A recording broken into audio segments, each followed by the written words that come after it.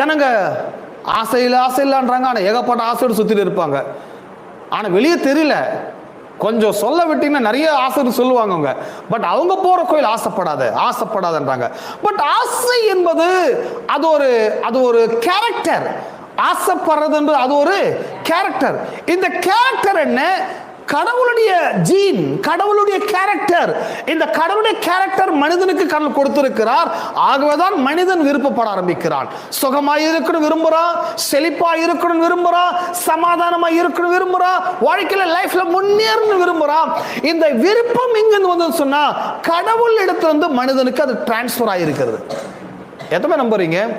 அவரோட ஆசை கவனிப்போம். இஸ்ரவேலர்களை ஆசீர்வதிப்பதே. அப்ப அவரோட ஆசை என்ன? ஜனங்க ஒருத்தரும் கூட தரித்திரமா இருக்கக்கூடாது, ஜனங்க ஒருத்தரும் கூட பாவர்ச்சியா இருக்கக்கூடாது, செழிப்பல்லாமல் இருக்கக்கூடாது, சுகவீனமா இருக்கக்கூடாது. ஜனங்கள்